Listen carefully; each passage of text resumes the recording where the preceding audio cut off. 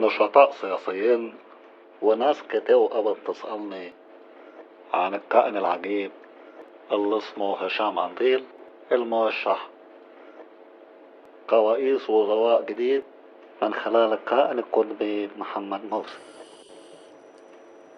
يعتبر هذا القنديل زي ما حضراتكم شايفين صغنطة وألوانه فشيخة، بيتغذى على الكائنات الثورية، وهو من سلالة مهجنة بين الإخوان ولجنة السياسات بالوسطى.